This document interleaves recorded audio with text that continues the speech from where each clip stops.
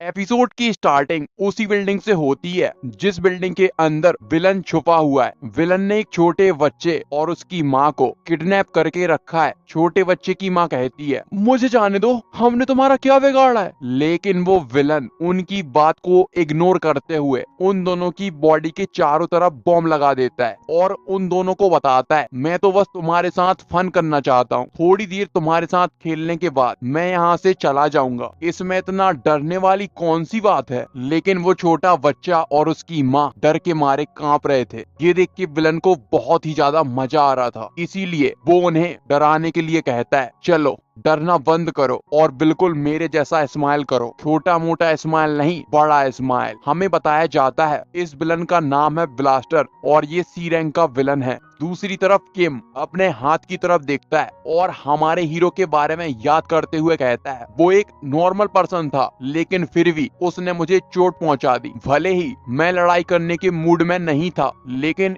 एक ordinary person मुझे चोट कैसे पहुंचा सकता है। तभी किम का फोन रिंग करने लगता है। किम फोन उठा के कहता है, मैं किम बात कर रहा हूँ। जिस किसी ने भी फोन किया था, पता नहीं वो किम को क्या बताता है, जिसकी वजह से किम हैरान हो जाता है। किम का फ्रेंड ली अपनी गर्लफ्रेंड से बात कर रहा था। किम फोन वाले बंदे को बताता है, ली टॉयलेट करने के लिए गया था लेकिन अब वो वापस आ चुका है। तुमने मुझे जो भी बताया है मैं वो सारी की सारी बातें ली को बता दूंगा। कॉल कट करने के बाद किम ली को बताता है, हमें अभी के अभी ड्यूटी पे जाना है क्योंकि हमारी सिटी के अंदर ब्लास्टर आ चुका है। यहाँ ब्लास्टर छोटे बच्चे को डराने के लिए कहता है, क्या तुमने कभी ऐसी रात देखी है जिस रात के अंदर कोई भी सितारा बाहर न निकला हो और चारों तरफ आसमान में फायर वर्क फूट रहे हो। बच्चा रोते हुए कहता है, नहीं। ब्लास्टर बच्चे को बताता है, ये तो बहुत बुरा हुआ, तुमने इतना अच्छा सीन नहीं देखा, लेकिन चिंता मत करो, जबकि मैं यहाँ हूँ तो मैं तुम्हें इससे भी बढ़िया सीन दिखाऊंगा। इतना कहते कहते ब्लास्टर बहुत ही ज्यादा क्रिपी स्माइल दे रहा था। ब्लास्टर छोटे बच्चे को बताता है कि वो उसकी मॉम की बॉडी पे बॉम्ब लगा के उसकी मॉम की बॉडी को ब्लास्ट कर देगा और जब उसकी मॉम की बॉडी ब्लास्ट होगी तो वो सीन सबसे ज्यादा ब्यूटीफुल सीन होगा। ये सुन के बच्चा बहुत ही ज्यादा डर जाता है। ब्लास्टर हंसते हुए कहता है, जब ऐसा होगा मैं तुम्हें बता भी नहीं सकता वो सीन कितना ज्यादा ब्यूटीफुल होगा। ये कितना ज्यादा एक्साइटिंग है, मुझसे अब और इंतजार नहीं हो रहा। चलो हम अपना गेम स्टार्ट करते हैं। सबसे पहले मैं तुम्हारी मॉम के हाथ तोड़ूं या तुम्हारी मॉम के पैर, लेकिन चिंता मत करो, मैं तुम्हारी मॉम को मरने नहीं दूंगा, क्योंकि अगर तुम्हारी मॉम एक बार मर गई तो मुझे ज्यादा मजा नहीं आएगा। इससे पहले कि ब्लास्टर कुछ और करता, उसे किसी की प्रेजेंस महसूस होती है। ब्लास्टर मुस्कुराते हुए कहता है, अरे देखो तो हमसे मिलने के लिए कौन आया है। जबकि तुम यहाँ पे आ गए हो तो छुपने का कोई भी मतलब नहीं है, सामने आ जाओ, हम लोग मिलके मजे करेंगे। तभी केसियन ब्लास्टर के पीछे लगी दीवार को तोड़ देता है। जैसे ही ब्लास्टर पीछे मुड़ के देखता है, उसके मुंह पे जबरदस्त पंच आके लगता है। केसियन के पंच में बहुत ज्यादा पावर थी, इसीलिए ब्लास्टर काफी दूर जाके दीवार से टकरा जाता है। केसियन मोरोस से कहता है, मोरोस मुझे ये बताओ, क्या हॉस्टेज ठीक है। मोरोस केसियन को बताता है, मैंने इन्हें चेक किया है और ये बिल्कुल ठीक है। लेकिन केसियन जरा तुम अपनी बॉडी की तरफ देखो। जैसे ही केसियन अपनी बॉडी की तरफ देखता है, उसकी बॉडी पे बॉम्ब लगा हुआ था, जिसे देख के केसियन को भी ये बात समझ में नहीं आती कि उसकी बॉडी पे बॉम्ब कब आ गया। लेकिन तभी बॉम्ब ब्लास्ट होने वाला था, जिसे देख के वो बच्चा और उसकी माँ बहुत ज्यादा डर जाते हैं। लेकिन केसियन उन दोनों की जान बचाने के लिए वहाँ से भाग जाता है। कुछ ही सेकंड बाद बॉम्ब बहुत ही तेजी से ब्लास्ट होता है, जिसे बाहर मौजूद पब्लिक देख लेती है और काफी ज्यादा डर जाती है। बिल्डिंग के अंदर ब्लास्टर खड़ा होते हुए कहता है, पता नहीं ये कौन था, लेकिन इसने अंदर आने से पहले नॉक भी नहीं किया। अगर ये नॉक कर देता तब मैं इसके लिए तैयारी करके रखता और इसके साथ और भी ज्यादा मजे करता, लेकिन ये तो एक ही अटैक में मर गया। लेकिन चलो कोई बात नहीं, मुझे इस बात से कोई फर्क नहीं पड़ता, मुझे जितने भी मजे करने हैं मैं इन दोनों के साथ कर लूंगा। इतना कहते हुए ब्लास्टर अपने हाथ में एक बॉम्ब को क्रिएट करता है। इससे पहले कि ब्लास्टर बॉम्ब को यूज करता, ब्लास्टर के बाजू से ब्लू कलर की लाइट गुजरती है और जैसे ही वो लाइट उसके बाजू से गुजरती है उसका हाथ कट जाता है। हाथ कटने की वजह से ब्लास्टर जोर जोर से चिल्लाने लगता है, लेकिन तभी केसियन ब्लास्टर को पकड़ के ग्राउंड पे पटक देता है, जिसकी वजह से ब्लास्टर की हालत बहुत ज्यादा खराब हो जाती है। लेकिन ब्लास्टर फिर भी हार नहीं मानता। इससे पहले कि ब्लास्टर दोबारा बॉम्ब बनाता, केसियन उसका हाथ पकड़ लेता है और काफी ज्यादा गुस्से से कहता है, तुझे क्या लगा था तेरा ये अटैक बार बार काम करेगा? फिर केसियन ब्लास्टर को पीटने लगता है। केसियन बिना रुके ब्लास्टर के मुंह पे पंच पे पंच, पंच पे पंच मारे जा रहा था। ऐसा करते करते काफी टाइम गुजर जाता है, लेकिन केसियन अभी भी ब्लास्टर को मारे जा रहा था। केसियन को ऐसा करने में बहुत ज्यादा मजा आ रहा था। ऐसा लग रहा था जैसे केसियन एक ट्रू डेविल हो। मोरोस अपनी पावर को इस्तेमाल करता है, जिससे केसियन रुक जाता है। जब केसियन अपने सामने पड़ी ब्लास्टर की डेड बॉडी को देखता है तो उसके तो होश ही उड़ जाते हैं, क्योंकि ब्लास्टर की डेड बॉडी बहुत ही खराब हालत में थी, जिसे देख के केसियन के हाथ कांपने लगते हैं। केसियन को समझ में नहीं आ रहा था ब्लास्टर के साथ ऐसा कैसे हुआ। तब मोरोस केसियन को बताता है, ये सब तुमने किया है, तुमने अपनी बॉडी का कंट्रोल खो दिया था। तुम्हारा गुस्सा इतना ज्यादा बढ़ गया था जिसे मैं भी कंट्रोल नहीं कर पा रहा था। अगर तुम अपने सेंस में वापस नहीं आते तो तुम एक विलन बन जाते।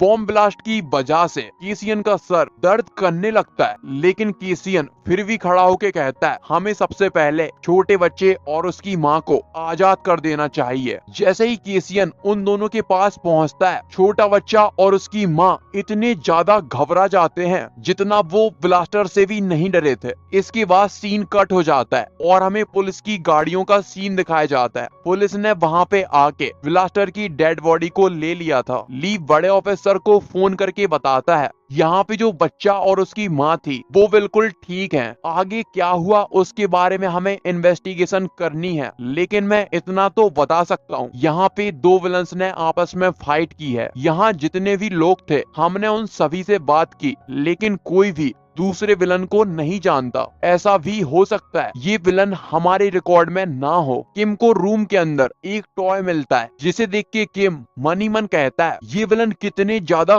घटिया होते हैं। इस विलन ने एक छोटे बच्चे और उसकी माँ को किडनैप किया हुआ था और यही रीजन है कि मैं विलन से नफरत करता हूँ। हमें इस दुनिया में मौजूद सारे के सारे विलन्स को मार देना चाहिए। किम के पीछे खड़े पुलिस वाले आपस में बातें करते हैं। एक पुलिस वाला दूसरे से कहता है, मैंने सुना है एक विलन ने इन दोनों की जान बचाई है। दूसरा पुलिस वाला उसे बताता है, हाँ मैंने भी ये बात सुनी है, लेकिन ये तो पूरी तरह से बकवास है। भला एक विलन किसी की जान क्यों बचाएगा? किम भी उन दोनों की बात सुन लेता है, इसीलिए किम उनसे कहता है, तुम दोनों क्या कह रहे हो? क्या तुम्हारी बातें मैं भी जान सकता हूँ? तभी ली वहाँ पे आके किम से कहता है, मुझे अभी थोड़ा काम है, इसीलिए तुम सीसीटीवी फुटेज चेक कर लेना। दूसरी तरफ हमारा हीरो केसियन पार्क में बैठा हुआ था। केसियन याद करता है कि जब वो छोटे बच्चे और उसकी माँ को बचाने के लिए गया था तो वो दोनों उसे देख के बहुत ही ज्यादा डर गए थे, क्योंकि केसियन एकदम डेविल के जैसा दिख रहा था। वो सारी डरावनी बातें याद करके केसियन को बहुत ही ज्यादा बुरा लग रहा था। मोरोस उससे पूछता भी है, क्या तुम्हें वाकई में दर्द हो रहा है? लेकिन केसियन मोरोस की बात को इग्नोर करते हुए कहता है, अगर तुम वहाँ पे नहीं होते तो क्या मैं विलन बन जाता? मोरोस केसियन को बताता है, हाँ अगर मैं तुम्हारी मदद नहीं करता तो तुम एक विलन बन जाते। ये बात सुन के केसियन काफी ज्यादा उदास हो जाता है। तभी केसियन के मोबाइल पे किसी का मैसेज आता है। केसियन मैसेज देखने लगता है। मोरोस केसियन से कहता है, किसका मैसेज है? जिसके रिप्लाई में केसियन बताता है, किसी और का नहीं बल्कि रॉबिन की बहन का कॉल है। वो चाहती है कि मैं घर पे आके खाना खा लूं। मोरोस केसियन से पूछता है, तो क्या वाकई में तुम रॉबिन के घर जाने वाले हो? लेकिन केसियन उसके सवाल का जवाब नहीं देता। यहाँ ली और किम सीसीटीवी फुटेज देख रहे थे। ली को इस बात पे भरोसा नहीं हो रहा था कि एक विलन लोगों की जान बचा रहा है। किम कहीं ये मजाक तो नहीं है, मैं कोई सपना तो नहीं देख रहा? लेकिन किम काफी ज्यादा सीरियस था और वो कुछ भी नहीं कहता। इधर केसियन अपने घर पे वापस आ जाता है। टेबल पे खाना और एक लेटर रखा हुआ था। केसियन लेटर को उठा के पढ़ता है। लेटर में लिखा था, मैंने तुम्हारे लिए खाना बना दिया है, अगर ये खाना ठंडा हो जाए तो इसे गर्म करके खा लेना। केसियन को अपने पुराने टाइम की बातें याद आती हैं, जब वो एक बच्चा था और खाना खाने के लिए लेट हो जाया करता था, तब उसे खाना बनाने वाली नौकरानी खाना नहीं दिया करती थी, लेकिन जेफ केसियन को चोरी चुपके से खाना दे दिया करता था और केसियन भी खाना हंसी खुशी खा लेता था। अभी सीन प्रेजेंट में आता है। केसियन खाना खाते हुए याद करता है जेफ उसके लिए कभी कभी खाना बनाया करता था। इसके बाद हमें अगली सुबह का सीन दिखाया जाता है। 7:30 बजे अलार्म बजने की वजह से केसियन की नींद खुल जाती है। केसियन बाथरूम में आके ब्रश करने लगता है और ब्रश करते करते कहता है, मुझे तो विश्वास नहीं हो रहा कि मैं किसी और की बॉडी के अंदर हूँ। मुझे लगा था मुझे इस बॉडी की आदत हो जाएगी, लेकिन पूरे 24 घंटे हो चुके हैं, लेकिन मुझे इस बॉडी की आदत नहीं लगी। अगर मेरे पास ये एबिलिटी होती तो मैं टाइम को पीछे कर देता, ना कि किसी और की बॉडी में आता। मोरोस केसियन से आके गुड मॉर्निंग कहता है, जिसकी रिप्लाई में केसियन कहता है, मुझे ये बताओ आज की मॉर्निंग में ऐसा क्या गुड है जिसकी वजह से तुम गुड मॉर्निंग कह रहे हो। फिर केसियन तैयार होके स्कूल जाने लगता है। उतने में रॉबिन की सिस्टर आके कहती है, रॉबिन तुम्हें स्कूल जाने से पहले अपनी सिस्टर को बाय बाय कह देना चाहिए। हमें बताया जाता है इसका नाम है यूरी और ये रॉबिन की बड़ी बहन है। केसियन उसे देख के मन ही मन कहता है, इससे बात करना बहुत ज्यादा ऑकवर्ड फील हो रहा है, क्या मुझे इसे बता देना चाहिए कि मैं इसका रियल भाई नहीं हूँ। तभी यूरी कहती है, अरे हाँ मैं तो ये भूल ही गई थी, ये लो डेबिट कार्ड, मैंने तुम्हारी पॉकेट मनी इसके अंदर डाल दी है, लेकिन इसे बर्बाद मत करना। केसियन को कुछ भी समझ में नहीं आ रहा था कि यूरी उसे डेबिट कार्ड क्यों दे रही है, लेकिन जैसे ही केसियन डेबिट कार्ड लेता है उसे रॉबिन की मेमोरी याद आती है। रॉबिन ने यूरी से आके कहा था कि उसे अगले महीने की पॉकेट मनी एडवांस में चाहिए, जिसे सुन के यूरी कंफ्यूज हो जाती है और रॉबिन से कहती है, मैंने तुम्हें पॉकेट मनी अभी 1 हफ्ते पहले ही तो दी थी, तुमने इतने जल्दी सारे पैसे खर्च कर दिए। फिर हमें बताया जाता है असल में रॉबिन ने पैसे खर्च नहीं किए थे, बल्कि उन टपोरियों ने रॉबिन के सारे पैसे ले लिए थे, लेकिन रॉबिन यूरी को ये नहीं बताता वरना वो परेशान हो जाएगी। इसीलिए रॉबिन कहता है, मैंने अपना पर्स खो दिया था। यूरी उसकी रिक्वेस्ट मान जाती है, जिसे सुन के रॉबिन काफी ज्यादा खुश हो जाता है, लेकिन यूरी उसे बताती है वो उसे डेबिट कार्ड बना के देगी और इसीलिए यूरी ने अभी केसियन को डेबिट कार्ड दिया है। केसियन यूरी से थैंक्स कहता है और उससे ये भी कहता है कि वो बिल्कुल भी पैसे बर्बाद नहीं करेगा। जैसे ही केसियन घर से बाहर जाने लगता है, यूरी कहती है, रुक जा, मुझे तुम्हारे अंदर कोई तो अजीब सी चीज लग रही है। यूरी की बात सुन के केसियन शॉक हो जाता है, लेकिन यूरी बताती है, तुमने अपने बाल कटा लिए, इस हेयर स्टाइल में तुम काफी ज्यादा बढ़िया लग रहे हो। मैंने तुमसे कहा था ना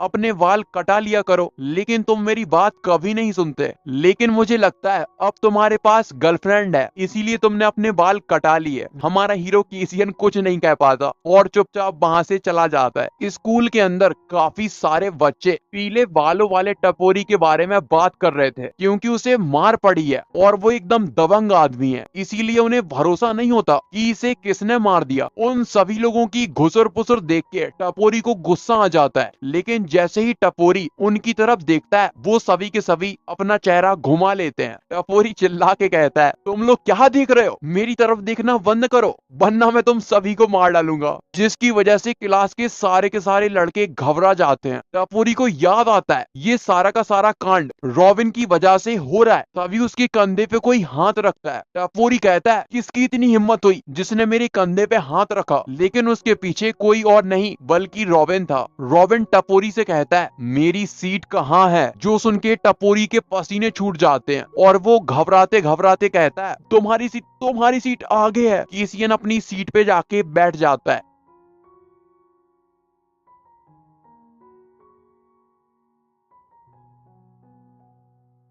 ये तुम्हें ऐसे घूर के देख, मोरोस केसियन को बताता है, ये तुम्हें ऐसे घूर के देख रहा है जैसे तुम्हारी बॉडी के अंदर अभी के अभी छेद कर देगा। 2 लड़के आपस में बात कर रहे थे। एक लड़का कहता है, तुम्हें पता है विलन का अटैक मेरे बाजू में हुआ था। वो बताता है, जब विलन्स आपस में फाइट कर रहे थे तब मैं भी वहाँ पे था, मैंने ये सब अपनी आंखों से देखा है। मोरोस कहता है केसियन मुझे लगता है ये तुम्हारे बारे में बात कर रहे हैं। ऐसे ही बातें करते करते वो लड़का बताता है हमारे शहर के अंदर काफी ज्यादा मर्डर हो रहे हैं, कोई सीरियल किलर है जो सबके मर्डर कर रहा है। उसका फ्रेंड बताता है मैंने भी सुना है एक हाई स्कूल में पढ़ने वाली लड़की मारी जा चुकी है। न्यूज रिपोर्टर बता रहा था उसके दोनों हाथ और पैर टूटे हुए थे और उसकी बॉडी के अंदर जितना भी खून था सारा का सारा खून बह चुका था। जब मैंने ये बात सुनी थी तो मैं बहुत ज्यादा डर गया था। मैंने ये भी सुना है इस सब के पीछे ड्राइवर है। हमारा हीरो केसियन उन सभी की बातें सुन रहा था। उस लड़की का फ्रेंड कहता है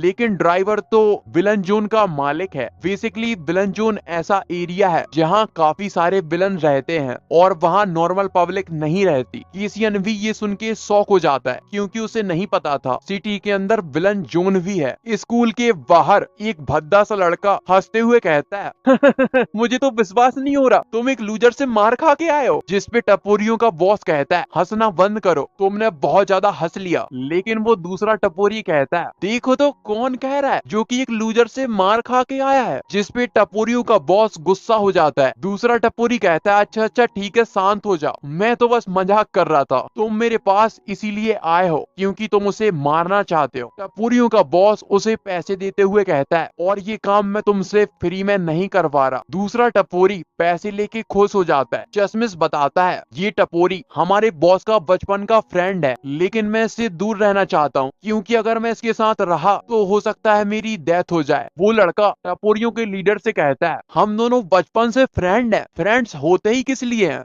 अच्छा चलो मुझे बताओ क्या तुम उसे जान से मरवाना चाहते हो या सिर्फ उसके हाथ पैर तोड़ना चाहते हो। स्कूल की छुट्टी होने के बाद केसियन अपने घर जा रहा था तभी कोई केसियन को आवाज लगाता है रुक जाओ। केसियन पीछे मुड़ के देखता है तो पीछे और कोई नहीं बल्कि किम था। किम केसियन से कहता है मुझे तुम्हारा नाम नहीं पता और मैंने तुम्हें जो कट दे दिया था क्या वो कट अभी ठीक है। केसियन अपने गाल की तरफ इशारा करते हुए कहता है तुमने जो कट मुझे दिया था वो कट हील हो रहा है। ये देख के मोरो शॉक हो जाता है क्योंकि थोड़ी देर पहले केसियन अपने गाल पे बैंडेड लगा रहा था जिसकी वजह से मोरोस कहता है तुम्हारा घाव हील हो चुका है फिर भी तुम बैंडेड लगा रहे हो। केसियन मोरोस को समझाता है अगर वो किम से मिल गया तो अब किम उससे कहेगा उसका घाव इतने जल्दी हील कैसे हो गया। अगर मैंने कोई बहाना बना भी लिया तब भी उसे मेरे ऊपर शक हो जाएगा। अभी सीन प्रेजेंट में आता है। केसियन किम से कहता है तुम क्या चाहते हो, क्या तुम मुझे पे करना चाहते हो क्योंकि तुमने मुझे चोट पहुंचा दी थी। किम का ध्यान पीछे खड़े एक बंदे पे जाता है जो कि छुप के नजर रख रहा था। किम केसियन से कहता है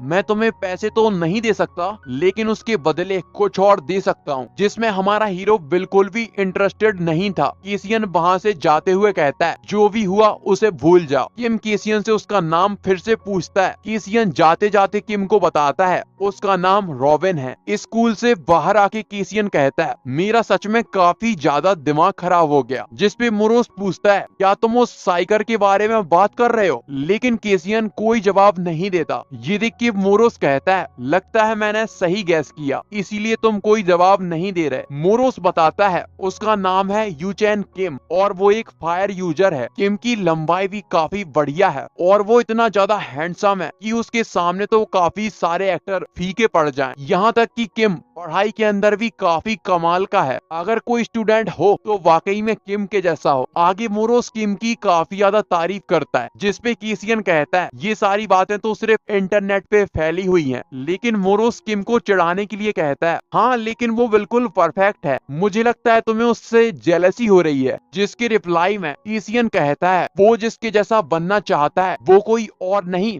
बल्कि मैं हूँ। मोरोस केसियन से कहता है तो क्या तुम उसके रोल मॉडल हो। केसियन आगे मोरोस को बताता है अगर वो वाकई में इतना ज्यादा स्पेशल है तो उसे नॉर्मल स्कूल में नहीं आना चाहिए था और साइकर्स के लिए जो स्पेशल स्कूल है उसे वहाँ पे जाना चाहिए था। तभी मोरोस का ध्यान भी टपोरियों पे पड़ जाता है जो कि किम का पीछा कर रहे हैं। टपोरियों का बॉस फोन करके कहता है अच्छा मुझे ये बताओ तुम लोग उसका पीछा कर रहे हो ना। कहीं उसने तुम्हें नोटिस तो नहीं कर लिया? पीले बालों वाला लड़का बताता है, हम उसके पीछे ही हैं, चिंता मत करो, वो कहीं भी जाएगा हमें पता चल जाएगा। दूसरी तरफ वही गुंडा टपोरियों के बॉस से कहता है, क्या हुआ, तुम्हारी क्या बात हुई? टपोरियों का बॉस बताता है, मेरे बंदे उसका पीछा कर रहे हैं और उन लोगों ने मुझे बताया है अभी हमें आ जाना चाहिए। केसियन बिना रुके चले जा रहा था। पीले बालों वाला टपोरी कहता है, ये बास्टर्ड तो विलन जोन के अंदर जा रहा है। तभी कोई कहता है, जिसे सुन के वो दोनों टपोरी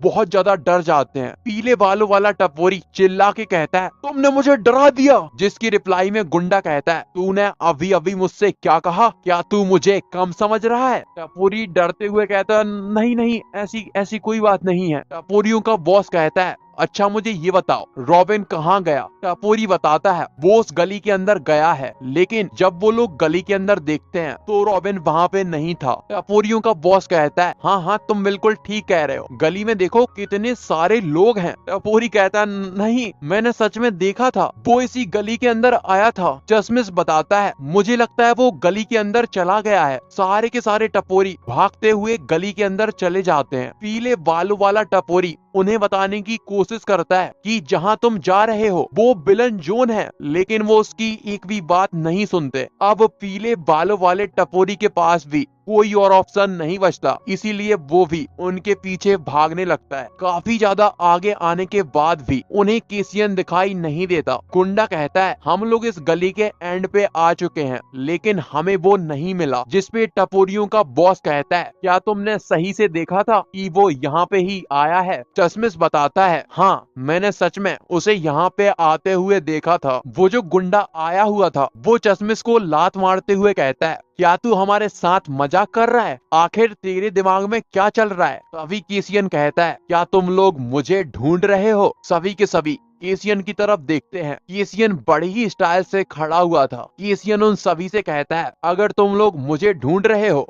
तो मैं यहाँ पे हूँ। उन्हीं सभी के पीछे एक सीसीटीवी कैमरा लगा हुआ था। कैमरे की सारी फुटेज एक बंदा बैठा हुआ देख रहा था और फुटेज देखते हुए गाना गुनगुना रहा था। गुंडा केसियन से कहता है, जरा देखो तो, ये हमें देख के बिल्कुल भी नहीं डरा, लगता है इसमें हिम्मत आ गई है। मैंने सुना है तूने मेरे भाई से पंगा लिया था। लेकिन केसियन उसे लगातार घूर के देखे जा रहा था। वो गुंडा कहता है, मैं 3 तक गिनूंगा, अगर तूने माफी नहीं मांगी तो तू समझ ले तेरे साथ क्या होगा। गुंडा 3 तक गिनना शुरू करता है और उसकी गिनती खत्म हो जाती है, लेकिन हमारा हीरो बड़े ही शान से खड़ा हुआ था, जिसे देख के तो वो तीनों भी शॉक हो जाते हैं। अब गुंडा काफी ज्यादा गुस्से से कहता है, बास्टर्ड कहीं तू मरना तो नहीं चाहता? केसियन गुंडे का मजाक उड़ाते हुए कहता है, मुझे लगता है तू काफी ज्यादा बकवास करता है और इसी तरह से तू बकवास करते करते फाइट करता होगा। इतना कहने के बाद केसियन 2 उंगलियां उसकी आंखों में घुसा देता है, जिसकी वजह से उसकी आंखों में बहुत ज्यादा पेन होने लगता है। तभी केसियन उसका सर पकड़ के बिल्डिंग से मार देता है और उस गुंडे के दांत टूट जाते हैं। अब ये देख के टपोरी बहुत ज्यादा घबरा जाते हैं, क्योंकि गुंडा फ्लोर पे गिर के बेहोश हो चुका था। केसियन उसे मारने के बाद कहता है, तुम्हें कभी भी अपने दुश्मन के सामने अपना चेहरा नहीं करना चाहिए। उस गुंडे का टीममेट केसियन पे अटैक करने के लिए आगे बढ़ जाता है। वो केसियन पे बार बार अटैक करता है, लेकिन उसका एक भी अटैक केसियन को नहीं लगता। जब केसियन उसे किक मारता है तो वो काफी दूर जाके गिरता है। केसियन गुंडे से कहता है, मैं अभी तक तुम लोगों से फाइट नहीं करना चाहता था, लेकिन लगता है तुम लोग ऐसे नहीं मानोगे, और उस गुंडे के टीममेट के अंडे फोड़ देता है। फिर केसियन तीनों टपोरियों की तरफ देखता है और कहता है, क्या तुम फाइट करने के लिए नहीं आओगे? लेकिन वो तीनों टपोरी इतने ज्यादा डर चुके थे कि उनके मुंह से एक शब्द नहीं निकलता। तभी वो मेन गुंडा चिल्ला के कहता है, बास्टर्ड तेरी इतनी हिम्मत, तूने मुझे नुकसान पहुंचाया, लगता है तू मरना चाहता है। ये देख के तो केसियन भी कंफ्यूज हो जाता है कि आखिर ये मार खाने के बाद उठ कैसे गया। वो गुंडा मुथाई का पोज लेके खड़ा हो जाता है। हमें बताया जाता है ये हाई स्कूल में पढ़ता है, लेकिन ये नेशनल नेशनल मुथाई चैंपियनशिप में सेकंड रह चुका है। उस गुंडे को मुथाई करते हुए देख के टपोरियों का लीडर खुश हो जाता है। उसे ऐसा लगता है कि अब वो रॉबिन को हरा देगा। यहाँ से सीन कट हो जाता है और हमें काफी सारे बॉक्सर्स को दिखाया जाता है जो कि अपनी ट्रेनिंग कर रहे थे। उन्हीं बॉक्सर्स के बीच में दो बंदे आपस में फाइट कर रहे थे, जिनमें से एक सी रैंक का साइकर था। रिंग के बाहर मौजूद एक लड़का कहता है, डूड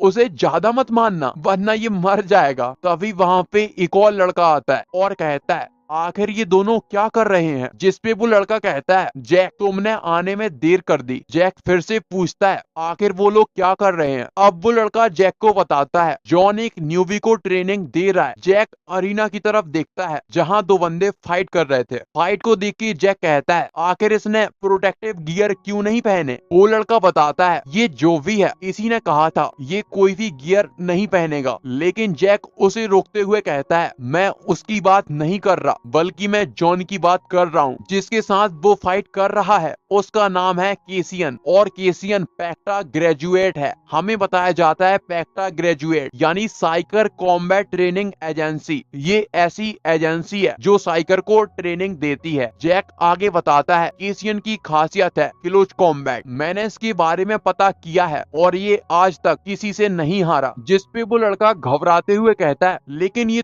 तो फायर यूजर है। तभी केसियन जॉन की बैंड बजा देता है और दूसरी तरफ हमारे हीरो ने इस गुंडे की भी बैंड बजा दी थी। केसियन उसे मारने के बाद काफी ज्यादा गुस्से से खड़ा हुआ था। अब उन चारों की फट जाती है। जैसे ही वो गुंडा खड़ा होने लगता है, केसियन उसका सर पकड़ के दबाने लगता है और काफी ज्यादा गुस्से से मन ही मन कहता है, आखिर इनके जैसे कचरों की हिम्मत कैसे हुई मुझ पे अटैक करने की? अगर इन जैसे कचरों को ये बात पता होती है कि इनका अपोनेंट इनसे बहुत ज्यादा पावरफुल है तो ये उससे फाइट करने की कोशिश नहीं करते। और ये बात उन बास्टर्ड पे भी लागू होती है। अगर मैं ताकतवर होता तो ना तो मैं और ना ही जेफ, हम दोनों में से कोई भी नहीं मारा जाता। और अगर रॉबिन ताकतवर होता तो रॉबिन भी नहीं मारा जाता। इसीलिए मैं इतनी ज्यादा पावर हासिल करूंगा कि लैम्पस डर के मारे कांपेगी। अब रॉबिन को इतना ज्यादा गुस्से में देख के सारे के सारे टपोरी डर के मारे कांपने लगते हैं। लेकिन जब वो सभी अपने ऊपर देखते हैं तो उनके ऊपर एक बंदा उड़ रहा था, जिसे देख के टपोरी चिल्ला के कहते हैं, ये तो ड्राइवर है। हमें बताया जाता है इसका नाम है ड्राइवर और इसकी रैंक है B+।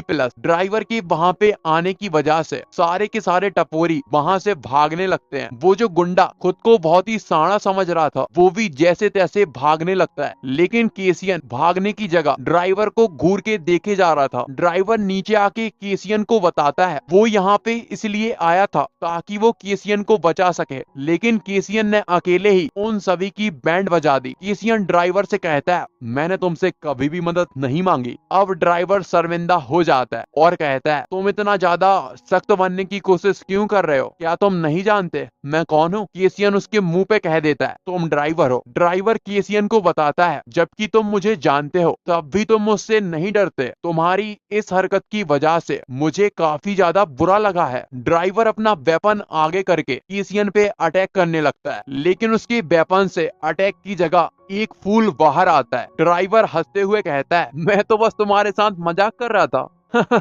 कैसा लगा मेरा मजाक? केसियन का अजीब सा चेहरा देख के ड्राइवर कहता है, मैं तो बस तुम्हें दिखाना चाहता था मेरे वेपन से क्या क्या बाहर आ सकता है। क्या तुम मरने के लिए तैयार हो बच्चे? अब ये सुन के केसियन फिर से अजीब सा चेहरा बना लेता है और वहाँ से जाने लगता है। ड्राइवर कहता है, अरे अरे बच्चे तुम कहाँ जा रहे हो? लेकिन केसियन ड्राइवर को इग्नोर करके वहाँ से चला जाता है। मोरोस केसियन को बताता है, अभी अभी हम काफी बड़ी मुसीबत में पड़ गए थे क्योंकि तुम्हारी लेवल बहुत ही कम है और इस लेवल पे तुम ड्राइवर से फाइट नहीं कर पाओगे। मोरोस की बातें सुनने के बाद केसियन को काफी ज्यादा गुस्सा आ जाता है। मोरोस कहता है, अगर तुम्हें इस बात से गुस्सा आ गया तो तुम्हें ज्यादा से ज्यादा ट्रेनिंग करनी चाहिए ताकि तुम स्ट्रॉन्ग बन जाओ। लेकिन केसियन मोरोस को बताता है, मुझे ड्राइवर की इंफॉर्मेशन चाहिए, अपनी पावर इस्तेमाल करो और मुझे उसके बारे में बताओ, क्योंकि यही एक मौका है जब मैं किसी ताकतवर के साथ फाइट कर पाऊंगा। जो सबसे बढ़िया ट्रेनिंग के बारे में मैं जानता हूँ वो है लाइफ और डेथ फाइट। मैं इतना अच्छा मौका बर्बाद नहीं जाने दूंगा। और इतना कहते कहते केसियन विलन के फॉर्म में आ जाता है।